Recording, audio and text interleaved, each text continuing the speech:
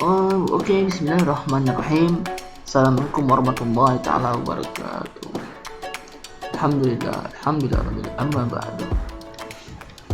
Baik, perkenalkan, nama saya Muhammad Aswar Akbar. Dosen pengampu saya Bapak Primadi Parsetio SE dan MK atau mata kuliah psikologi konsumen.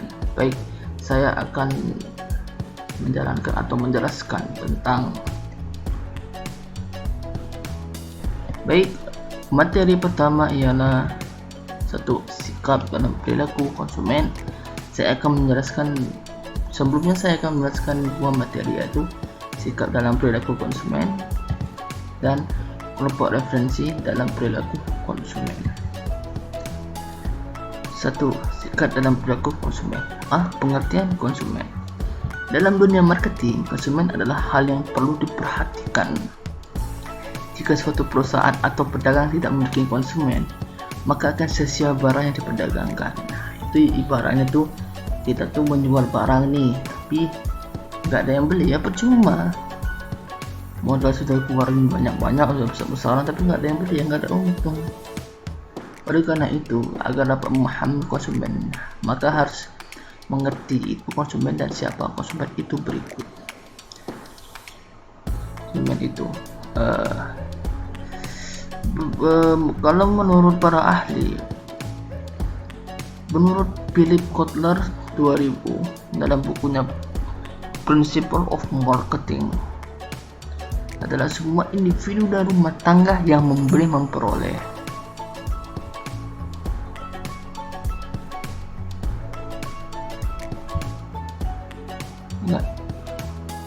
Bukunya Principle of Marketing adalah semua individu rumah tangga yang membeli memperoleh barang atau jasa untuk dikonsumsi pribadi.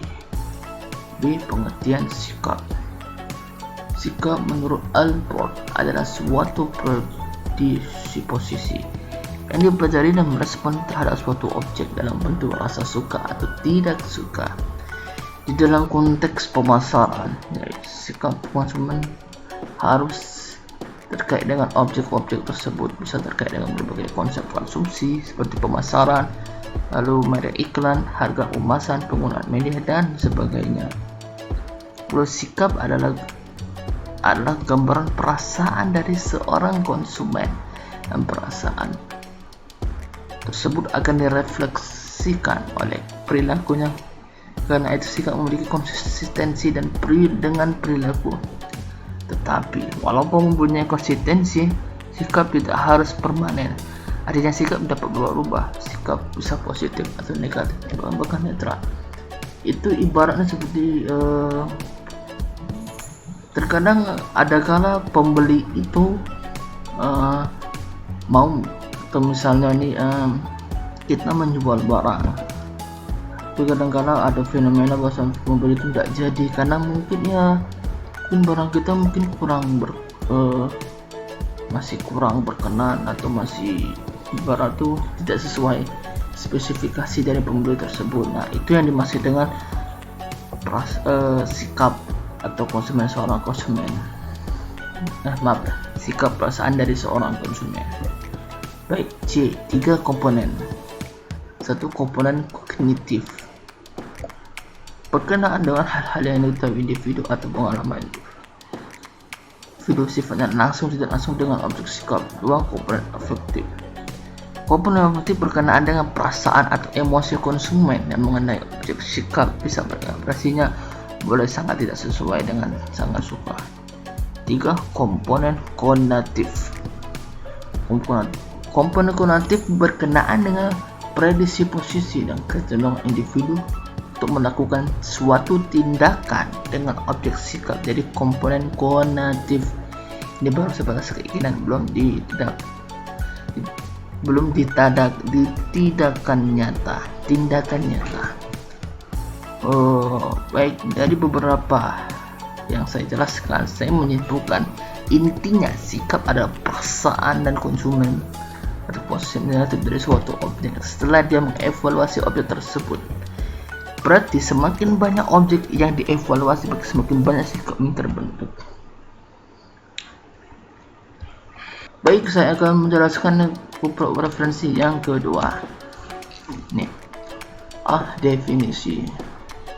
Langsung Kita mulai kan dari aku definisi. Ya, aku nengok dulu itunya tuh. Diam dulu, cek astaga Robby. Jadi kau potong. Diam dulu. Masuk suara kau tuh di sini. Adalah. Baik, saya akan menjelaskan kelompok referensi. Definisi. Kelompok referensi atau reference group. Ya, serahlah itu. Atau kelompok rujukan atau kelompok acuan. Merupakan sekelompok orang yang dianggap memiliki pengaruh. Ulang. Baik, kelompok referensi. Saya akan yang kedua ini saya akan menjelaskan tentang kelompok referensi. Definisi.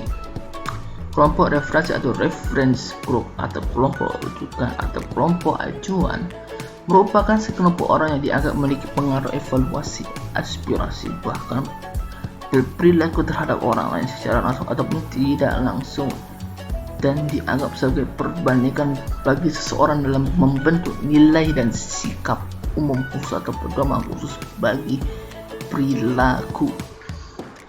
Kedua, kelompok referensi memiliki standar, norma atau nilai yang dapat menjadikan perspektif menentu mengenai bagaimana seorang berpikir dan berperilaku.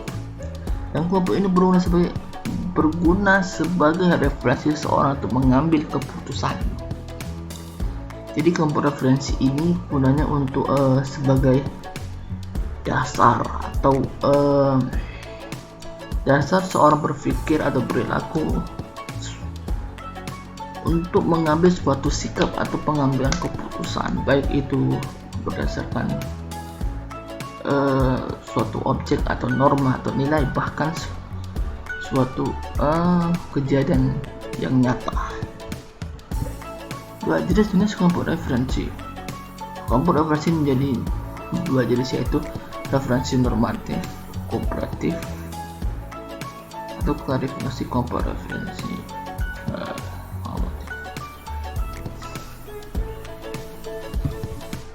Lalu baik, mungkin yang ketiga adalah pengelompokan referensi. Ada terbagi menjadi dua, yaitu kelompok sekunder, dan kelompok primer. Kelompok sekunder itu apa? Kelompok referensi sekunder tidak terlalu sering berinteraksi tatap muka. Contohnya itu tetangga.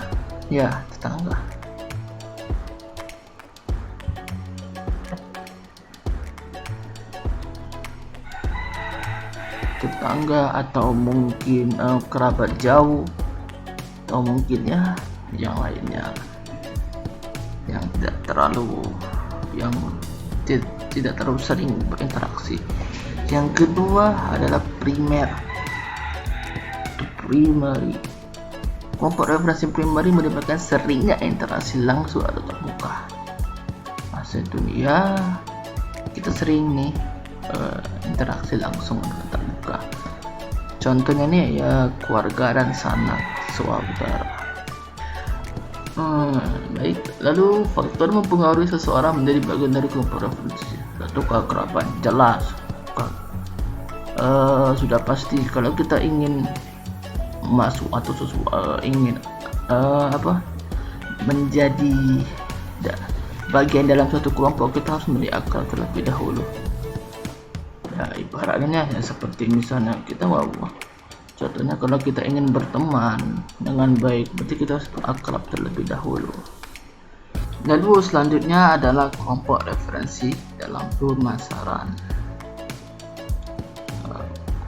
Kelompok referensi mempengaruhi perilaku seseorang dalam pembelian dan sering dijadikan pedoman oleh konsumen dalam bertingkah laku. Artinya adalah sebagai landasan untuk bertingkah laku nih. Jadi nggak